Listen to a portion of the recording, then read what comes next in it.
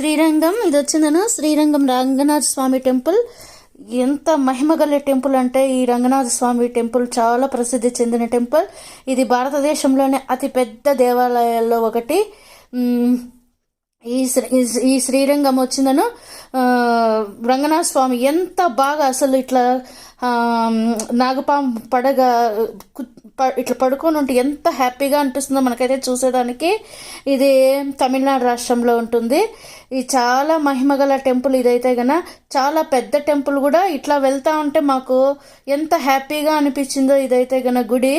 ఇంకా ఇంకా ఇంకా చూద్దాం అనిపించింది. ఇంకా చాలా అద్భుతమైన కట్టడాలు అసలుకైతే కన్నా ఎంత బ్యూటిఫుల్గా ఉందంటే మేమైతే నైట్ టైం వెళ్ళినాము కాబట్టి లాస్ట్ వీడియోలో నేను అన్ని డిస్క్రిప్షన్ చెప్పినాను టెంపుల్ గురించి. ఇంకా నైట్ టైం వెళ్ళినాము కాబట్టి కొన్ని మాత్రం నేను కవర్ చేయగలిగినాను. చూడండి ఇట్లా వెళ్తా ఉంటే ఎంత పెద్ద పెద్ద గుడి గోపురాలు అయితే కన్నా చాలా సూపర్గా ఉంటాయి. అమ్మవారితో ఇట్లా కొలువై ఉండే రంగనాథ స్వామి రంగనాయకి అమ్మవారితో కొలువై ఉండే దివ్యమైన క్షేత్రం ఇది. ఇది తిరుచిరాపల్లి అంటే తిరుచి అని కూడా అంటారు. ఇక్కడ కావేరి నది కూడా ప్రవహిస్తానిది. నేను ఆల్రెడీ పెట్టినాను మీకు దాని కావేరి నది గురించి కూడా. ఇదంతా మేము దేవుని దర్శనం చేసుకున్న తర్వాత అంతా వీడియో తీసుకున్నాను.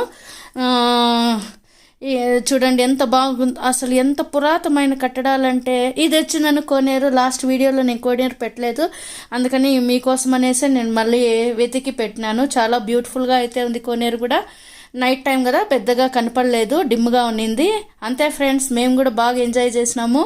ఇక్కడ వచ్చిందను లక్ష్మీదేవి టెంపుల్ కూడా చూడండి ఎంత వచ్చేసింది. లక్ష్మీదేవి కూడా దీడ వచ్చింది చూడండి ఎంత బాగుందో. కూర్చొని ఉంటే హ్యాపీగా అనిపిస్తుంది ఫ్రెండ్స్. చాలా బ్యూటిఫుల్గా ఉంది టెంపుల్ అయితే కన్నా. ఎంత మంచి కట్టడాలు, ఒకదాన్ని చూసినట్లు ఇంకో దాన్ని చూడలేము. చాలా అద్భుతమైన కట్టడాలు అయితే ఇక్కడ ఉన్నాయి. భూలోకంలో వైకుంఠం అంటే ఇదే. బాయ్.